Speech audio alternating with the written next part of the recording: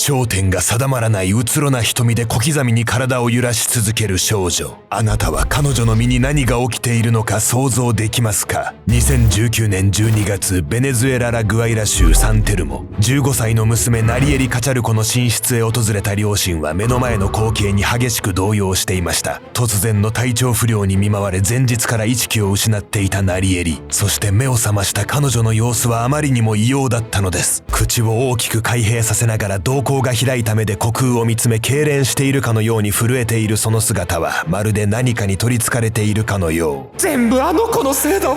悔しさに顔を歪ませる母。あの子というのはナリエリの親友のこと。彼女はその親友に人間の骨を食べさせられたのです。人骨を食べさせられ、何かに取り憑かれたような謎の病を発症した少女。親友はなぜ少女を陥れようとしたのか。親友はその少女からどうしても奪いたいものがあったんです。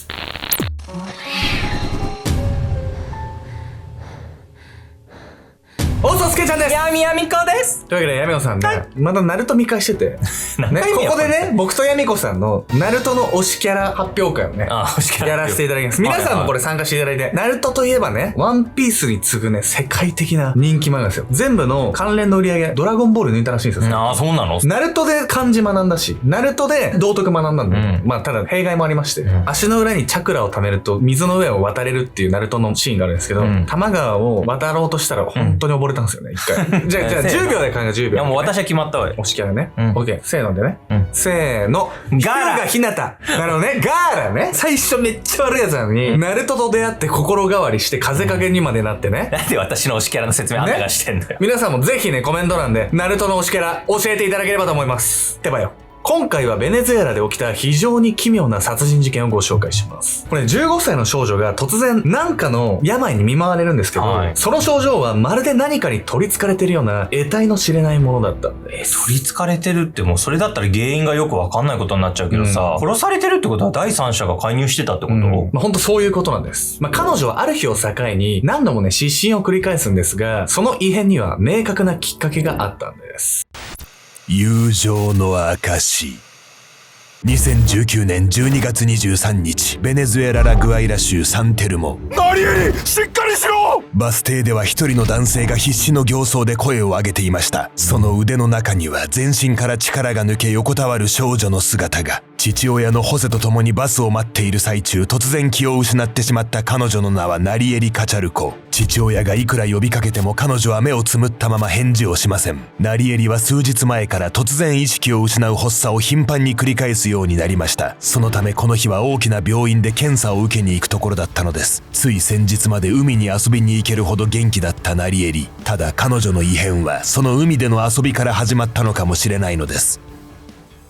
時は遡り、バス停でナリエリが倒れる数日前のこと。ナリエリ、今から海行こうよ。そう言ってナリエリの家へ訪ねてきたのはステファニー・ロドリゲス・ヒメネスという19歳の女性。半年前に近所へ引っ越してきたステファニーは頻繁にナリエリの家に出入りしていました。年の差は4つ離れているものの、ナリエリにとってはステファニーは親友のような存在。ステファニーはナリエリの母アンドリのこともお母さんと呼ぶほど慕っており、二人は家族ぐるみで親しくしていたのです。そして海をひとしきり楽しんだ後、ステファニーはナリエリから見て少し不思議な行動を取り始めました。海に向かって静かに手を合わせるステファニー。精霊に祈りを捧げれば、あらゆる悪意や嫉妬から身を守れるの。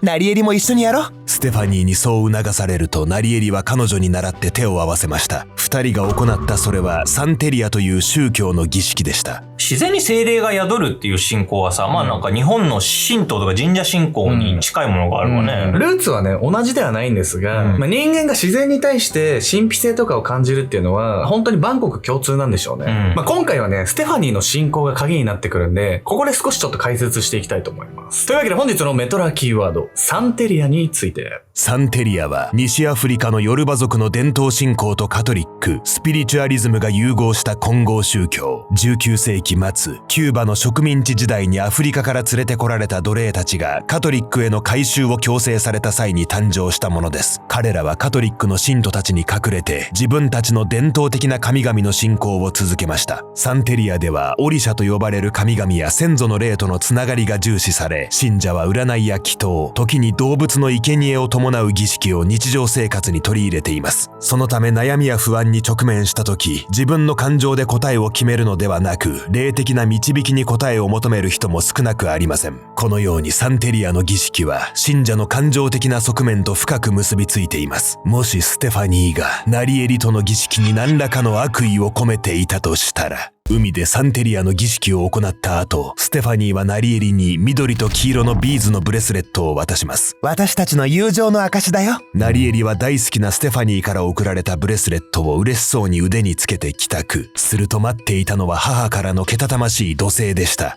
あなた何をつけてるの？ステファニーからもらったブレスレットを血相を変えてナリエリの腕から奪い取る母アンドリ。ナリエリが嫌がるのを聞かず、母はブレスレットを力ずくで引きちぎり、そのまま外へ投げ捨てました。母アンドリがそこまで過剰に反応したのは彼女が敬虔なカトリック信者だから。アンドリはブレスレットを見た瞬間、それがカトリックの教えとは相反するサンテリアのものだと気づいたのです。もうステファニーとは二度と会わないで。母アンドリは怒りに満ちた表情でそう言いました。自分がよく思っていない宗教に娘のナリエリを引き込もうとしたことだけが理由だとすれば、彼女のこの態度はさすがに怒りすぎのようにも感じます。そう、アンドリが怒っているのはただ宗教に引き込もうとしたことに対してだけではありません。ステファニーが友情の証と説明したそのブレスレットは実は呪いを意味するものだったのです。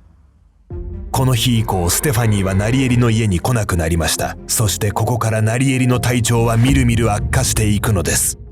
ブレスレットのせいでナリエリの症状が悪化したってこと、でもそれでなんか何度もそうやって失神を繰り返すような病気になっちゃったって、非現実的すぎるように思えちゃうわよね。まあそう感じますよね。そしてナリエリの体調不良っていうのは失神だけにとどまらないんです。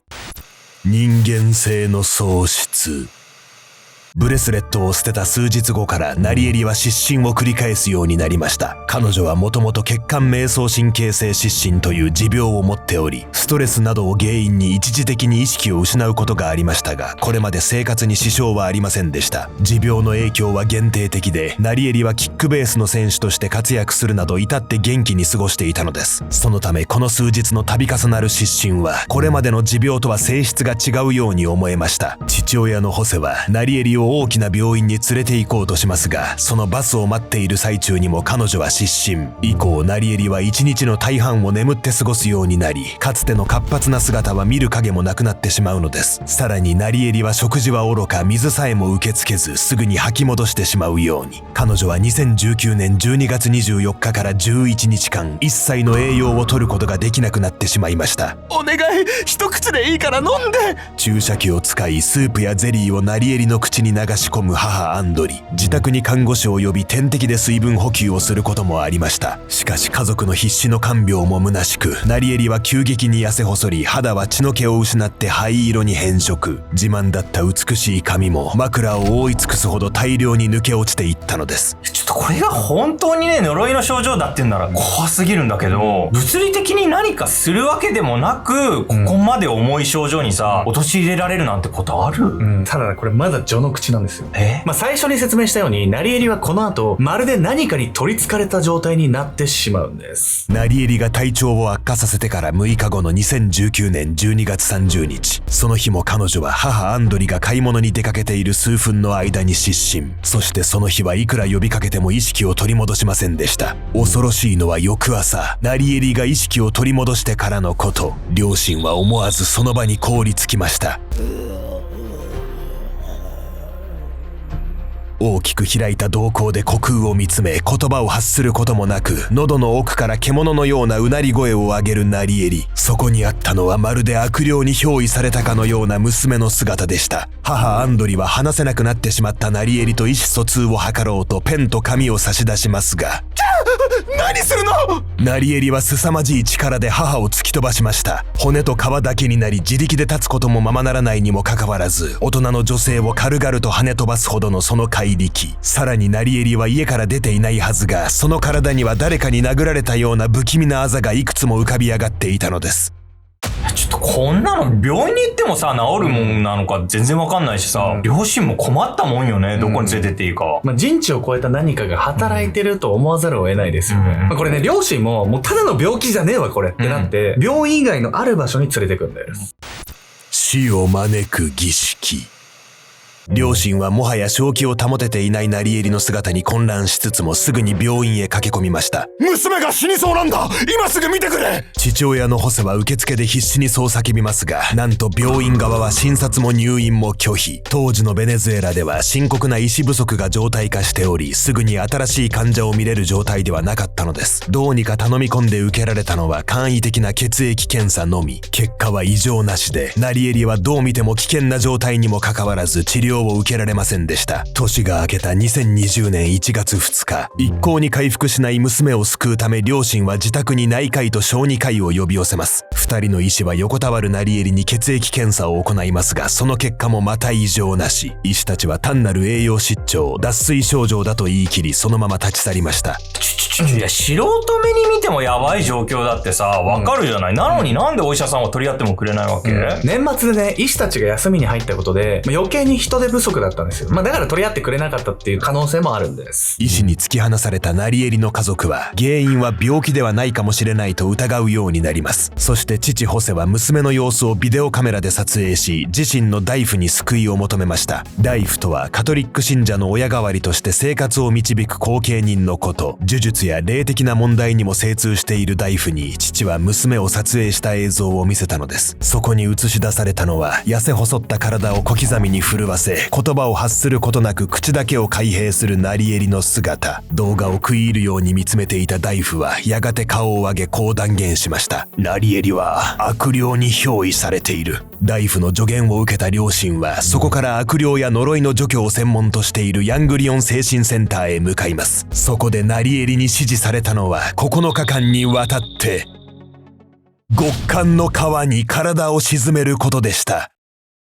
1月の寒空の下、来る日も来る日も深夜の川に身を浸し続けるその儀式は冷水浴と呼ばれるもの。川の真水で魂を清め、悪霊を洗い流す意図があるとされます。最初の儀式が終わった後、ナリエリは一時的に落ち着きを取り戻したように見えました。ただ、衰弱しているナリエリが連日の過酷な儀式に耐えられるはずもなく、以降は体調は悪化の一途をたどったのです。2020年1月11日、冷水浴から帰宅したその日、ナリエリは母アンドリの腕の中で苦しみながら息を引き取りました。それで治るわけないだろうって思うんですけど、ただね、本当に自分が両親で病院も頼れないって焦った状況だったら、やれること全部やろうってなっちゃったんでしょうね。そしてナリエリの通夜の席には、なんと呪いをかけた張本人、ステファニーの姿が。着実に殺されていた。ナリエリにサンテリアのブレスレットを渡した一件以来、ステファニーは彼女の家には来ていませんでした。そして両親はナリエリが亡くなったことを親族にしか話していなかったのですが、彼女の通夜で驚くべきことが起こります。お悔やみを言いに来たの。まるでナリエリが亡くなるのを予期していたかのように突然通夜で現れたステファニー。娘が亡くなったのは絶対にステファニーの仕業。ナリエリの家族はもはやそうとしか思えなくなっていました。ナリエリに何をしたんだ！答えろ！ステファニーを取り囲むナリエリの親族。激しい罵声が飛び交う中、ステファニーはその場に崩れ落ち、おえつを漏らしながら語り始めた。だって彼がナリエリばっかり見るから、呪術の師匠に頼んでナリエリを殺す方法を聞いたの！彼とは誰なのか、ナリエリを殺す方法とは何なのか、家族が怪訝そうに顔をしかめる中、ステファニーはこう続ける。ナリエリと私は同じ人を好きになった。それであの子に近づいたの。ナリエリの部屋から下着とかヘアブラシとか髪の毛とか盗んでお墓に埋めたわ。ステファニーのその行動はナリエリに呪いをかけるためのもの。しかしそんな迷信めいたことで娘の命が奪われたなど両親に信じられるはずがなかった。まだ何かあるでしょ！話しなさい！母アンドリは涙を流しながらステファニーを怒鳴りつける。するとステファニーは言った。墓地から人間の骨を掘り起こしてナリエリに食べさせたわ。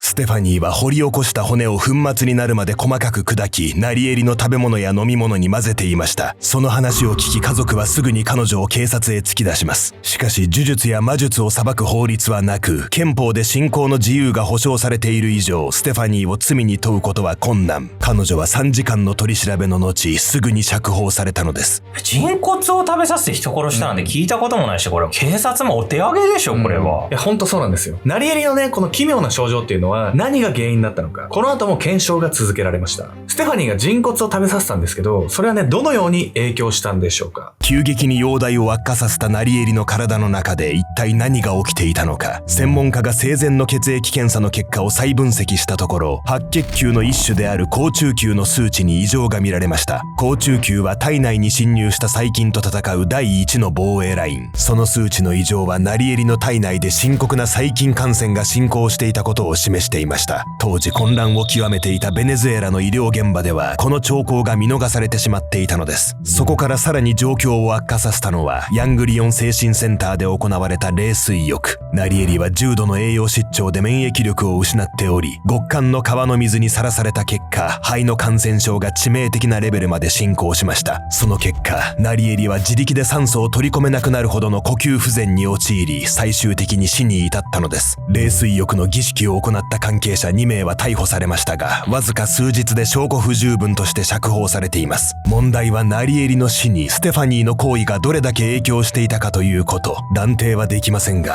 墓地から掘り起こした遺骨の摂取が重篤な感染症を引き起こした可能性はあります。痩せ細った体を小刻みに震わせ、獣のようなうなり声を上げ、食べ物や飲み物を受け付けず吐き出してしまう。生前のナリエリの症状は、汚染された人体組織を摂取した際に感染するクールー病の典型的な症状でした。ただクールー病は発症から数年から数十年を要するため、ナリエリはおそらくそれと似た別の感染症にかかっていたと考えられるのです。遺骨や墓地の土には、現代の抗生物質すら跳ね返してしまう特殊な細菌や未知の微生物が含まれています。それらが極限まで免疫が低下していたナリエリの脳神経を侵食し、クールー病に似た症状を引き起こしたのかもしれません。ナリエリの両親は、ナリエリの病気について様々な可能性を訴えましたが、司法は肺炎による自然死として事件を終結。今もなお、彼女の死の真相は闇に葬られたままなのです。ステファニーは釈放された直後に国外へ逃亡し、現在も消息不明。果たして彼女の行為は本当にナリエリの死に関係していたのでしょうか。ステファニーがナリエリに呪いをかけようとしたのは、意中の相手がナリエリばかりを見ているという嫉妬の感情からでした。アメリカの心理学者デイビッド・バスの研究によれば、嫉妬の感情は大切なものを失う危険を察知した際に作動する警報のようなもの。そのエネルギーは非常に強く、相手と真剣に対話する勇気に向かわせることもあれば、逆に支配や破壊へと向かわせることもあります。あなたが強く嫉妬するのはどんな時ですか？その感情を前向きな方向へ向けられているでしょうか？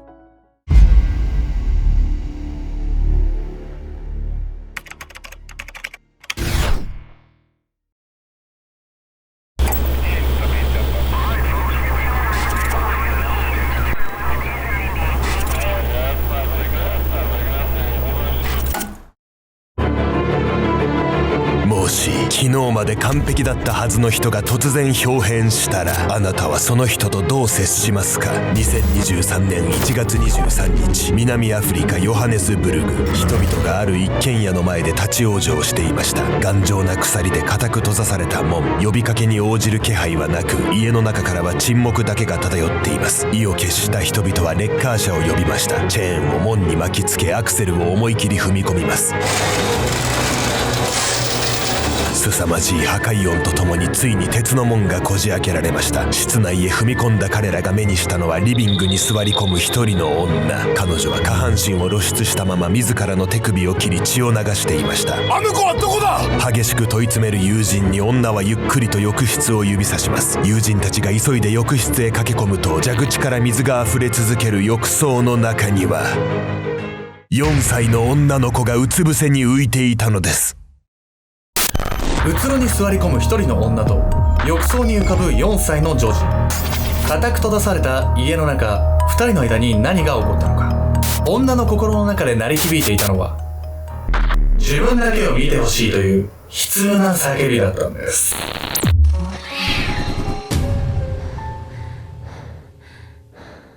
この動画の続きはオンラインサロン秘密結社アルゴメトリーでご視聴ください。